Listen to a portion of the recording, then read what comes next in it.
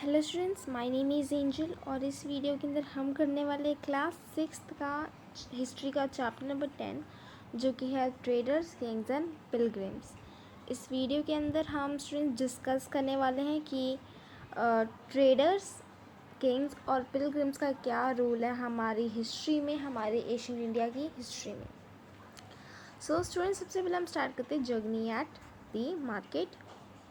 जगनी looked forward to the fair in the village. उसके village में एक फेयर हो रहा था। फेयर का मतलब होता है जैसे कार्निवल्स होते हैं ना, कार्निवल्स या अम्यूज़मेंट पार्क लगते, सर्कस वगैरह, उसमें वो जाती है। She loved to see and touch the pots and pans of shiny steel, bright plastic buckets, clothes printed with brilliant flower designs. अब उसको बहुत अच्छा लगता है टच करना पोट्स को, पैन्स को, जो स्टील के बने होते हैं, प्लास्टिक की जो बकेट्स होती है ब्राइट कलर की, कपड़े होते हैं जो जिनके ऊपर बहुत अच्छे अच्छे फ्लावर के डिज़ाइन बने होते हैं, और खिलौने होते हैं जो वो वाले क्लॉक वाले, जैसे खिलौने नहीं होते जिनके अंदर क्लॉकें लगी होती हैं, वो all of which came from the city, जो सिटी से आए थे। The men who spread out their wares came in buses. Wares का मतलब जो भी लोग गुड्स लेकर आए थे, सामान लेकर आए थे, वो बसेस में आए थे और ट्रक्स में आए थे, and went back to the city at the end of the day. और फिर वो जब डे ख़त्म होते तो वो वापस चले जाते हैं। Why were they always on the move.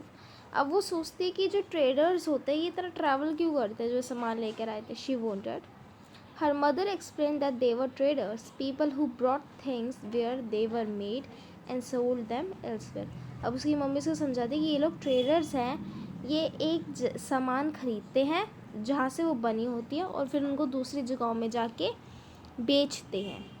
इस चैप्टर में हम सबसे पहले ट्रेडर्स के बारे में पढ़ेंगे, फिर किंग्स के बारे में पढ़ेंगे, उससे पिलग्रिम्स के बारे में। अब स्टूडेंट्स, पिलग्रिम्स क्या होते हैं? पिलग्रिम्स लोग होते हैं वो जो ट्रैवल करते हैं, एक जगह से दूसरी जगह जाते हैं, घूमते हैं, फिरते हैं, नई नई दुनिया देखते हैं और फिर उसके बारे में लिखते हैं कि क्या क्या उन्होंने देखा, क्या क्या नहीं देखा। इनमें से जो मोस्टली पिलग्रिम्स होते हैं वो रिलीजियस पर्पस से ट्रैवल करते हैं। जैसे कभी कभी लोग कुछ सीखने जाते हैं, स्टडीज़ करने जाते हैं, ठीक है, कभी कभी वो लोग किसी रिलीजियस काम से जाते हैं। तो इस चैप्टर में हम इनके बारे में पढ़ेंगे। अब हम आगे पढ़ते हैं। How to find about trade and traders. अब ट्रेड और ट्रेडर्स के बारे में कैसे पता लगा। You read about the northern black polished ware in class chapter 9। आपने चैप्टर 9 में northern black polished ware pottery के बारे में पढ़ा था स्टूडेंट्स, जो नॉर्दर्न एरिया, नॉर्दर्न कॉन्टिनेंट में बनती है, राइट। इसके ऊपर एक फाइन शीन, एक शाइन होती है जो ये रेड क्ले से बनती है। This fine pottery, especially bowls and plates, were found in from the several archaeological sites throughout the subcontinent. अब पूरे सब कॉन्टिनेंट में हमें इनके बहुत सारे बोल्स और प्लेट्स मिलती हैं इस नॉर्दर्न ब्लैक पॉलिश्ड वेयर की। अभी इतनी सारी जगहों पे पूरे सब कॉन्टिनेंट में, यानी इंडिया और इंडिया के बाहर, मतलब जितना भी एरिया है, अब वहाँ ये सब ये कैसे पहुँची। Traders may have carried them from the places where they were made and to sell them to other places. अब हम एज्यूम कर सकते हैं कि ट्रेडर्स आए थे, उन्होंने इनको लिया और एक जगह से दूसरी जगह खरीद के दूसरी जगह पे बेच दिया। South India was famous for gold and spices, specially paper and precious stones. अब जो साउथ इंडिया वो काफ़ी ज़्यादा फेमस था गोल्ड के लिए, स्पाइसेस के लिए, स्पेशली पेपर के लिए और प्रेशियस स्टोन्स के लिए। अब जो ये पेपर थी ना स्टूडेंट्स, ब्लैक पेपर, काली मिर्च होती है ना, काली मिर्च जो खाने में डालते हैं, अब ये ना रोमन एम्पायर, जो रोमन राज्य था ना, उसको बहुत अच्छी लगती थी, इतनी ज़्यादा अच्छी लगती थी कि वो इसको ब्लैक गोल्ड कहते थे। So traders carried many of this goods to Romans. So जो ट्रेडर्स होते हैं ना इंडिया के, वो रोम जाते थे और वहाँ पे जाके ये स्पाइसेस, काली मिर्च वगैरह बेचते थे, शिप्स में बेचते थे और समुंदर पार करके जाते थे कारावान्स में। कारावान्स क्या होता है स्टूडेंट्स? एक मतलब बैलगाड़ी टाइप होती हैं चीज़ें, जैसे सामान भरा होता है, लोड करा होता है, टायर लगे होते हैं, उसके अंदर वो ट्रैवल कर रहे होते हैं। यहाँ एक बैल सा है या घोड़े लगे होते हैं जिनके ज़रिए वो जा रहे होते हैं। ये क्या बना दी मैंने, तो ये वो होते हैं कारावान्स होते हैं। इनको छोटी सी कार्ट्स भी कहते हैं। अभी भी इनके थ्रू आप देखोगे दिल्ली में आप जाओ कभी होलसेल मार्केट में तो लोग सामान इधर उधर ले जा रहे होते हैं. There must have been quite a lot of trade as many Roman gold coins have been found in South India. अब बहुत सारा ट्रेड होता था रोम और साउथ इंडिया के बीच में बहुत ज़्यादा ट्रेड होता है, क्योंकि साउथ इंडिया के अंदर हमें रोमन के जो कॉइन्स हैं ना गोल्ड के, वो बहुत ज़्यादा मिलते हैं. अब हम आगे देखते हैं. Can you think of why these reach to India? अब वही ट्रेड करके यहाँ तक पहुँचे हैं. A poem about trade. हम ट्रेड के ऊपर एक पोएम पढ़ते हैं. We can find evidence of trade in Sangam points. अब जो संगम पॉइंट्स हैं, जो हमने कहा था कि संगम लिटरेचर लिखी गई थी 300 BC से लेकर 300 AD तक, 600 सालों के अंदर अंदर, उसके अंदर हमें एविडेंस मिलते कि ट्रेड होता था. Here is one which describes the goods brought into Puhar. अब पुहर का है, पुहर छोला एम्पायर, राइट, हाँ यस. जो पुहर है वो छोला एम्पायर का एक बहुत इम्पोर्टेंट पोर्ट था ईस्ट कोस्ट पे. वहाँ पे वो बहुत सारे शिप्स आते थे सामान लेके, और वो यहाँ से फिर सामान लेकर भी जाते थे बाहर बेचने के लिए. अभी हम देखते हैं. Here are brought swift and prancing horses by sea in ship. कह रहे तेज और prancing horses, prancing मतलब भागने वाले दुरुस्त घोड़े, by sea in ships, ships के अंदर, समुद्र के द्वारा. Bales of black pepper in carts. अब इसमें हम बात करें कि घोड़ों को मतलब रोम वगैरह से घोड़ों को यहाँ पे लाया जाता था. ओके, अब यहाँ से bales of black pepper, bales का मतलब होता है बड़ी बड़ी बोरियाँ. ओके, बोरियाँ ब्लैक पेपर की कार्ट्स में डाल के ले जाई जाती थी. Gems and gold born in Himalayas. और हिमालय में मिलने वाला जो प्रेशियस स्टोन्स और सोना होता था हिमालय में मिलने वाला वो. सैंडलवुड यानी चंदन जो वेस्टर्न हिल्स से आता था. पर्ल्स जो साउदर्न सीज से आते थे. और कोरल्स स्टूडेंट्स एक ना बहुत पत्थर सा होता है वो, जो समुद्र के अंदर पाया जाता है. उसका बड़ा सुंदर सा कलर होता है और बड़ा अच्छा सा डिज़ाइन होता है, जिससे काफ़ी ज़्यादा छोटे छोटे सुंदर प्रीशियस स्टोन्स और बीड्स बनाए जाते हैं. ज्वेलरी में यूज़ होता है, डेकोरेशन में यूज़ होता है कोरल. ठीक है. The yields of Ganga and the crops from the Kaveri. अब जो यील्ड ऑफ द गंगा का मतलब जो गंगा के आसपास जितने भी सामान, मतलब जितने भी सब्जियां और मसाले और जो भी चीज़ें उगती हैं वो, और जितने भी कावेरी एक नदी का नाम है, उसके आसपास जितने भी क्रॉप्स उगती हैं वो, और जितने भी खाने का सामान है श्रीलंका से, और जो पोट्री है म्यांमार से, वो यहाँ पे आती है. और ये बहुत सारे रेयर और रिच इम्पोर्ट्स, मतलब और भी बहुत सारे रेयर, कीमती और रिच महंगे इम्पोर्ट्स भी आते हैं. अब जो ट्रेडर्स हैं, traders explore several sea routes. अब उनके पास काफ़ी ज़्यादा सी रूट्स थे, मतलब समुद्र में अलग अलग रास्ते थे जिनके द्वारा वो ट्रैवल करते थे. Some of these followed the coast. अब कुछ जो रास्ते थे वो कोस्ट के द्वारा, कोस्ट होता है नदी के किनारे, जैसे हमारा इंडिया का साउथ इंडिया पोर्शन है, ये पूरा का पूरा कोस्ट है. ठीक है, ये कोस्ट लाइन है. अब यहाँ से स्टार्ट होएगा ट्रैवल, और कहाँ से होगा, राइट. हम बीच से तो निकलेंगे नहीं, बीच में तो कोई शिप्स वगैरह नहीं है, शिप्स तो यहीं खड़ी होंगी. यहीं से ट्रैवल करते हैं कोस्ट के through. There were other across the Arabian sea and bay of Bengal. अब बताओ स्टूडेंट्स, यहाँ बे ऑफ बंगाल, जैसे हमारा ये है हमारा साउथ इंडिया. ठीक है, मान लो नीचे साउथ इंडिया का पोर्शन ऐसे है. अब मुझे बताओ स्टूडेंट्स, बे ऑफ बंगाल कहाँ है, अरेबियन सी कहाँ पे. हम नीचे कमेंट करिए बताना, इस साइड है या इस साइड है. अगर आपको नहीं पता तो मैं बता दीजिए स्टूडेंट्स, ये है हमारा अरेबियन सी और ये है हमारा Bay of Bengal, right. So ये है हमारा where sailors took advantage of the monsoon winds to cross the sea more quickly. So जो ट्रेडर्स होते थे ना, वो मानसून में जो हवाएं चलती हैं उनका इस्तेमाल करते थे एक जगह से दूसरी जगह जल्दी जाने में, क्योंकि समुद्र के अंदर हवाएं तेज़ बहती थी, जिस कारण से उनकी जो ट्रैवलिंग होती थी वो जल्दी हो जाती थी.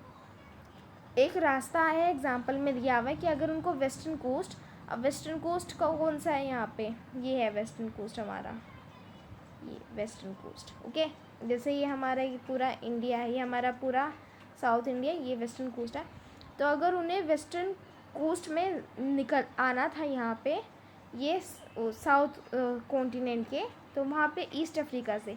अब ईस्ट अफ्रीका कहाँ, ईस्ट अफ्रीका ये रहा, ये ईस्ट अफ्रीका, मतलब वैसे तो बहुत दूर है क्योंकि बीच में समुंदर पड़ता है, और यहाँ पे हमारा होगा अरेबिया वगैरह।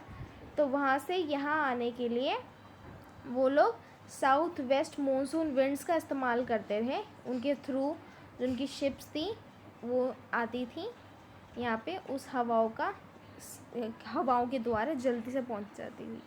अब क्योंकि वो हवाओं में चलते जो मानसून की होती थी तो वो काफ़ी ख़तरनाक होती थी, इसलिए जो उनके पास शिप्स वगैरह होती थी वो काफ़ी स्टर्डी होती थी, बड़ी होती थी, और वो बड़ी बड़ी लंबी लंबी जर्नीज़ के लिए बनी हुई थी। कोई छोटी मोटी बोट्स नहीं होती थी जिनके द्वारा वो लोग ट्रैवल करते थे। वो जो उनकी बोट्स होती थी वो काफ़ी ज़्यादा बड़ी होती थी, भयानक होती थी, क्योंकि उनको बहुत बड़े बड़े ट्रैवल करने पड़ते थे खतरनाक हवाओं में। हम आगे बढ़ते हैं। New kingdoms along the coast. अब देखते हैं कौन से नए किंगडम्स थे जो इन कोस्ट में यानी समुद्र के किनारों पे बने। अब हमने बात तो करी हुई थी स्टूडेंट्स की जो ये हमारे समुद्र के ये साउथ इंडिया, यहाँ पे 3 अलग अलग किंगडम्स इस्टेब्लिश हुए थे जो संगम लिटरेचर में जिनके बारे में लिखा हुआ है। कौन कौन थे वो? छोलास, चेरास और पांड्यास, राइट।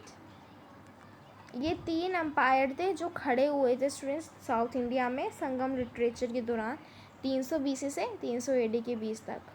अब यहाँ पे जो इनका पोर्शन होता था साउथ इंडिया का, अब यहाँ पे सिर्फ कोस्ट लाइन नहीं है, यहाँ पे हिल्स भी हैं, प्लेट्यूज भी हैं और रिवर वैलीज़ भी हैं। ओके, सो इनको संभालने के लिए चीफ्स होते थे और किंग्स होते थे जो रिवर वैलीज़ को, कोस्ट को वो कंट्रोल करते थे उसके आसपास के एरिया को। अब क्योंकि यहाँ पे इतनी ज़्यादा खेती होती है, इतनी ज़्यादा ट्रेडिंग होती है, जाहिर सी बात है जो यहाँ पे रहने वाले राजा वगैरह होंगे वो अमीर होंगे और पावरफुल होंगे। अब संगम पॉइंट्स ने इन्हीं ताकतवर राजाओं को, चीफ्स को कहा गया है मूवेंदर। क्या कहा गया है? मूवेंदर कहा गया है। एक तमिल वर्ड है जिसका मतलब होता है 3 चीफ्स। अब क्यों? क्योंकि जो हमारे पास छोलास और चेरास और जो पांड्यास हैं स्टूडेंट्स, ये 3 ही थे, इन तीनों के हर एक का एक एक चीफ था। ओके, एक एक चीफ था, समझ लो। ये जो चीफ है ये रूलर है एक तरीके से, और ये तीनों पूरे साउथ इंडिया को रूल कर रहे हैं, तो इसका जो वर्ड है वो है मूवेंदर। अब जो चीफ्स होते थे ये रूलिंग फैमिली के ही सबसे बड़े हेड होते थे, छोलास, चेरास और पांड्यास। अब ये पावरफुल किंगडम कब बने थे? करीबन 2300 साल पहले। Each of 3 chiefs has 2 centers of the power, one inland and one on the coast। अब जो इनके पास एक एक देश के पास, जैसे एक एक देश है, अब इनके पास 2 इम्पोर्टेंट सेंटर्स होते थे। ये सेंटर क्या है? सेंटर का मतलब है स्टूडेंट्स इनकी कैपिटल। ओके, 2 कैपिटल थी। एक होती थी शहर के अंदर जहाँ पे मतलब कोई ऐसी नदियाँ वगैरह नहीं है, ना समुंदर है, मतलब अंदर देश के अंदर, और एक होती थी बाहर की साइड जहाँ पे कोस्ट है, जहाँ पे समुद्री किनारा है। तो कितनी होगी? 6 सिटीज़ होगी, 1 2 3 4 5 6। तो उनके पास 6 सिटीज़ थी। उनमें से 2 एग्जाम्पल दिए हुए हमारे पास। एक हमारे पास पूहर है जिसको हम कावेरी पट्टिनम भी कहते थे, ये पोर्ट था छोलास का। और एक हमारे पास मदुरई है जो कैपिटल थी पांड्यास की। The chief did not collect regular taxes. जो चीफ थे अभी टैक्सेस कलेक्ट नहीं करते थे, इंस्टेड क्या करते थे, ये डिमांड करते थे गिफ्ट्स वगैरह लोगों से, जो उनकी जनता वगैरह होती थी। ये मिलिट्री एक्सपेंडिचर से भी जाते थे, यानी ये पूरे मतलब देश अपनी जगह किंगडम का दौरा करते थे, और वहाँ पे ये लोग ट्रिब्यूट्स वगैरह कलेक्ट करते थे अपने नेबरिंग एरिया से, मतलब जहाँ इनका फोर्ट है उसके आसपास जितने भी गांव वगैरह होंगे वहाँ से ट्रिब्यूट वगैरह, यानी वो रेगुलर गिफ्ट्स वगैरह, या उनके पास मान लो कुछ खाने का सामान हो या पैसे हो, वो सारी चीज़ें कलेक्ट करी जाती थी जो उनके पास कुछ कीमती हो। They kept the some of the wealth and distributed the rest among the supporters, including the members of their family, soldiers and poets। अब थोड़ी वेल्थ वो अपने पास रख लेते थे और बाकी वो अपने सपोर्टर्स को, जो उनको सपोर्ट करते थे कि वो राजा हैं और वो उनको बार बार मतलब जैसे काउंसिल होगी उनकी, राइट, जो अपने राजा पे बिलीव करते हैं उनको देते थे। ट्रेडर्स वगैरह, राइट, दूसरे देशों के राजा उनको देते थे। मेंबर अपनी फैमिली के लोगों को देते थे। सोल्जर्स जो उनकी आर्मी के में हैं और जो उनके कोर्ट के अंदर जो पोइट्स होते थे, जो उनकी महान कथाओं के बारे में लिखते थे, कहानियाँ वगैरह लिखते थे, उनके बारे में पोएम्स लिखते थे, उनको दे देते थे. Many poets whose compositions are found in Sangam collection composed poems in praise of chiefs who often rewarded them with precious stones, gold, horses, elephants, chariots and fine gold. अब जो संगम लिटरेचर को लिखने वाले जितने भी पोइट्स वगैरह हैं, उन जैसे लोगों को क्या क्या किंग देता था. उनको हाथी घोड़े दिए जाते थे, उन बैठने के लिए चैरिट्स दिए जाते थे, कपड़े दिए जाते थे बड़े फाइन क्लोथिंग के, स्टोन्स दिए जाते थे, सोना दिया जाता था, सारी चीज़ें दी जाती थी जो भी इम्पोर्टेंट होती हैं. Around 200 years ago, later a dynasty known as Satavahanas became powerful in the Western India. करीबन 200 साल बाद एक वेस्टर्न ये हमारे ये वेस्टर्न एरिया में, एक इंडिया में, यानी हमारे ये वेस्टर्न एरिया गुजरात वगैरह ये साइड का, यहाँ पे एक बहुत पावरफुल डायनेस्टी खड़ी है जिसका नाम था सतवाहनास. उसका एक बहुत इंपॉर्टेंट रूलर है हमारा जो है गौतमी पुत्र श्री सताकर्णी. ओके, अब उसके बारे में हमें इसलिए पता है क्योंकि एक इंस्क्रिप्शन हम थी जो बनाई गई थी उसकी मदर के द्वारा, जो है गौतमी बलाश्री. अब वो और जितने भी सतवाहनास रूलर थे उनको कहा जाता था लॉर्ड्स ऑफ दक्षिण पार्था. ओके, वो दक्षिण पार्था के लॉर्ड्स कहा जाता था. दक्षिण पार्था का मतलब ही ये है कि रास्ता जो साउथ की ओर जाता है. मतलब वो इतने डिक्लेयर थे, उन लोगों ने डिसाइड करा हुआ था ये वेस्टर्न में जो ये डायनेस्टी थी सतवाहनास की, ये साउथ इंडिया को रूल करके रहेंगे. इस कारण से इन्होंने अपने नाम भी लॉर्ड्स ऑफ दक्षिण पार्था रख दिया था, जिसका मतलब है कि वो रास्ता जो साउथ की ओर जाता है. इवन इस राजा ने अपने स्टूडेंट्स अपनी मिलिट्री ना ईस्टर्न, वेस्टर्न और साउदर्न कोस्ट में भेज दी थी. यानी वेस्टर्न में तो रूल कर ही रहा है, अब उसके बाद इसने इसको साउदर्न में भी और फिर ईस्ट में भी अपनी मिलिट्री को भेज दिया वहाँ पे कब्जा करने के लिए. वो बात अलग है, वो राजा नहीं बन पाया. अब हम स्टोरी पढ़ेंगे सिल्क रूट की. स्टूडेंट्स, सिल्क रूट क्या है? बहुत टाइम पहले स्टूडेंट्स चाइना के अंदर ना डिस्कवर हुआ था सिल्क बनाने की प्रथा. ओके, वो सिल्क महंगा होता है. पहली बात, सबसे पहले ये समझ लेते हैं सिल्क किससे निकलता है. कोकून से निकलता है. कोकून किससे निकलता है? मॉथ से. मॉथ जानते हो ना, एक टाइप की बर्ड कह रही हूँ मैं स्टूडेंट्स, सॉरी, एक टाइप की इंसेक्ट की स्पीशीज़ होती है, बटरफ्लाई इंसेक्ट की स्पीशीज़ होती है जिसका नाम होता है मॉथ. सबसे कॉमन है हमारा बॉम्बैक्स मॉरी. आपने साइंस में पढ़ा होगा. उसमें क्या होता है, एक इसके ऊपर कोकून होता है जिसके अंदर वो जो लार्वा होता है वो अपने आप को ग्रो करते हैं जब तक कोई बटरफ्लाई ना बन जाए. उसको वही उस कोकून को जब वो बना ही नहीं है अभी, उसको तभी ले जाके उसको फिर मार के उसके ऊपर जो उसका जो थूक होता है जिससे उसने अपने आप को लपेटा होता है उसको धीरे धीरे उस रेशे को निकालते हैं और फिर उसके बाद एक उसको बुन के उसको सीव करके एक कपड़ा बनाया जाता है जिसको सिल्क कहते हैं. अब इसको बनाने बहुत कॉम्प्लिकेटेड प्रोसेस है, बहुत लंबी प्रोसेस है. जो निकलता है कपड़ा वो काफ़ी स्मूथ और कलरफुल होता है, काफ़ी उस पर अच्छा डिज़ाइन बन जाता है.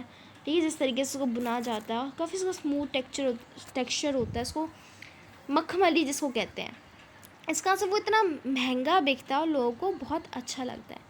इसकी स्टार्टिंग तो चाइना में हुई थी करीबन 7000 साल पहले. इस मेथड को कि कपड़ा कैसे बनता है बहुत हज़ारों साल तक चाइना ने छुपा के रखा. लेकिन उसके बाद जब लोग चाइना में आए घूमने फिरने के लिए, खासकर ट्रेडर्स आए, वो जब इस मटेरियल को, सिल्क को वो वापस लेकर गए तो धीरे धीरे करके नॉलेज स्प्रेड होनी शुरू हुई कि सिल्क नाम की कोई चीज़ होती है और ये ऐसी होती है और ये ऐसे बनती हैं. अब इस जगह को, इस रूट को, इस रास्ते को जिसको बहुत सालों पहले ट्रेडर्स ने पार करा चाइना में जाके और फिर वापस आए, इसी रास्ते के थ्रू वो लोग चाइना से सिल्क लेके इसको नाम दे दिया गया सिल्क रूट. क्या नाम दे दिया गया? Silk route. या रूट का मतलब होता है रास्ता. Sometimes Chinese rulers send gifts to the silk rulers in Iran and West Asia. कभी कभी जो चाइना के रूलर्स होते थे वो ईरान और एशिया के अंदर बाकी रूलर्स को सिल्क वगैरह गिफ्ट में देते थे. अब जैसे जैसे वो गिफ्ट में उन्होंने देना शुरू करा, सिल्क की नॉलेज पूरी वेस्ट में भी फैली. करीबन 2000 साल पहले सिल्क इतना बड़ा फैशन बन गया था कि रोम में जितने भी रिच लोग होते थे वो इसको पहनते थे. ये बहुत एक्सपेंसिव होता था चाइना की रोड के थ्रू आता था और वो बहुत डेंजरस रोड थी। ओके, वहाँ पे बहुत सारी पहाड़ियाँ थी, कच्चे रास्ते थे, ठीक है, जंगल थे। उन जंगलों के अंदर बहुत गंदे गंदे ट्राइबल लोग रहते थे, जो इवन लोगों को खा जाते थे। ओके स्टूडेंट्स, खा जाते थे। और बहुत सारे डाकू होते थे, रोबर्स होते थे, आसपास एक गांव के लोग होते थे जो ट्रेडर्स को पकड़ लेते थे और उसके बाद उनसे पैसे मांगते थे तभी वो रास्ता उनको पार करने देते थे। तो ये काफ़ी ख़तरनाक एक रास्ता था ये। अब जो बहुत सारे राजा हैं उन्होंने कंट्रोल करने की कोशिश करी इस एरिया को। मेन रीज़न ये था, अगर वो एक इस रास्ते को, सिल्क रूट को कंट्रोल कर लेंगे तो ये इस रास्ते पे जो भी ट्रैवल करेगा वो उससे टैक्सेस ले पाएंगे, गिफ्ट्स ले पाएंगे, यानी इसका मतलब वो ट्रेडर से पैसे ले पाएंगे और इसका आंसर कि पैसे मिल रहे हैं तो फिर अपने राज्य को और ग्रो कर पाएंगे, राइट। कौन पैसे कमाना नहीं चाहता। तो इसका आंसर हम लोगों ने बहुत कोशिश करी इनको रोकने के लिए, कब्ज़ा करने के लिए उस रोड पे।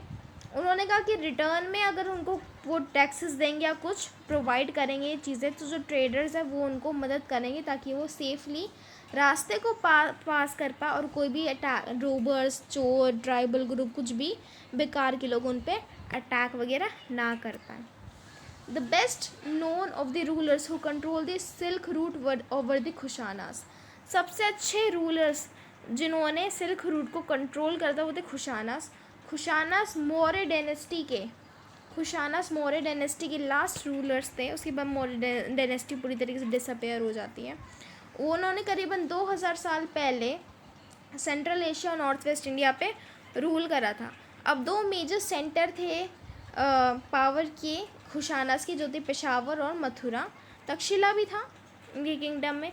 During their rule, a branch of Silk Road extended from Central Asia down to the seaports at the mouths of the river Indus, from where the silk was shipped westwards to the Roman Empire.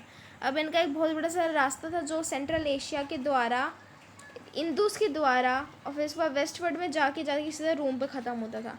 ये central Asia से निकलता था, Indus पे पहुंचता था और फिर Indus से वो वेस्ट वर्ल्ड में जाता था, यानी कि रोम अम्पायर वगैरह, यूरोप वगैरह में जाता था। The Kushanas were amongst the earliest rulers of the subcontinent to issue gold coins. Okay, ये जो खुशानास हैं ये सबसे अर्ली लोगों में से एक है जिन्होंने फर्स्ट टाइम इंडिया के अंदर सोने के सिक्के बनाना शुरू करा था। और जो सोने के सिक्के हैं ये हमें मिलते हैं उस सिल्क रूट पे ट्रेडर्स के द्वारा, जो शायद गिराए गए होंगे। अब हम पढ़ते बुद्धिज़्म कैसे स्प्रेड होने लग गया यार। The spread of Buddhism. The most famous Kushana ruler was Kanishka. सबसे फेमस जो रूलर है खुशानास का वो कौन है? कनिष्का। अब who rule among around 1900 years ago. अब ये करीबन 1900 साल पहले रूल करता था। He organized a Buddhist council where the scholars met and discussed important matters. अश्वघोषा, a poet who composed a biography of Buddha Charita, lived in this court. अब जो ये अश्वघोषा नाम का जो राइटर है, पोइट है, जिसने गौतम बुद्धा की बायोग्राफी लिखी हुई है, वो भी खुशाना की इस पोर्ट का एक पार्ट था। अश्वघोषा और उसके साथ में बहुत सारे जो बुद्धिस्ट स्कॉलर्स थे उन्होंने अब संस्कृत में लिखना भी शुरू कर दिया था। A new form of Buddhism known as Mahayana Buddhism was developed. अब एक नया टाइप का बुद्धिज़्म आ गया था जिसके दो इम्पोर्टेंट फीचर्स थे। सबसे पहले था बुद्धा's presence was shown sculptures by using search and signs। सबसे पहले जितने बुद्धा के स्कल्पचर्स बनते थे ना असली वाले बुद्धिज़्म के अंदर, उसके अंदर ये शो करने के लिए कि बुद्धा इनलाइटेंड है, राइट, यानी उसको इनलाइटमेंट रिसीव्ड हो गया, उसको कुछ ना कुछ साइन शो करते थे। जैसे उसके पीछे वो लगा देंगे, सूरज लगा देंगे उगता हुआ, ठीक है, कि उसको इनलाइटमेंट रिसीव हो गई, उसको सूरज की रोशनी रिसीव हो गई है। या तो वो पेड़ लगा देंगे पीपल का जिसके पीछे उन्होंने तपस्या करी थी। ऐसी चीज़ें साइंस बना देंगे ताकि लोगों को समझ आए कि उनको इनलाइटमेंट रिसीव हो गया। इसको बंद कर दिया। अब जो नया वाला वो था इन लोगों का बुद्धिज़्म, उसके अंदर इन लोगों ने डिसाइड करा कि हम सिर्फ बुद्धा का एक स्टैचू सा बना दें जिसमें वो बैठे होते हैं, राइट, और सो रहे होते हैं, मतलब अभ्यास कर रहे होते हैं। Now statues of the Buddha were made. Many of these were made in Madura while the other was made in Takshila. अब कुछ ऐसे स्टैचूज़ मेड हुए जो मथुरा में बनते थे और बाकी तक्षशिला में बनते थे। द सेकंड बिलीफ जो चेंज हुआ था वो था हमारा उस बुद्धिज़्म का, वो थी बोधि अवस्थास। अब बोधि अवस्थास क्या है, इसके अंदर ये था कि जो पर्सन जिसको एनलाइटमेंट रिसीव होती है ना, वो जब उसको एनलाइटमेंट रिसीव हुई है तो वो एक ऐसी लाइफ जी सकता है जिसमें वो पूरी दुनिया से अलग रह के मेडिटेशन करेगा पीस में। लेकिन जो इनका जो नया वर्जन है 2.0 वर्जन है बुद्धिज़्म का, इसके अंदर कहा गया कि ठीक है, अगर किसी बंदे ने एनलाइटमेंट रिसीव कर ली तो उसमें ये नहीं कि वो बस कहीं भी दुनिया से पूरा छुप के बैठ जाए, वो पूरी दुनिया घूमे और लोगों को सिखाए और लोगों की मदद करे। अब इस तरह की जो ये बुद्धि अवस्था थी काफ़ी ज़्यादा पॉपुलर हुई चाइना में, सेंट्रल एशिया में और कोरिया जापान में भी। जो बुद्धिज़्म है वो वेस्टर्न और साउथर्न इंडिया में भी काफ़ी ज़्यादा फैला।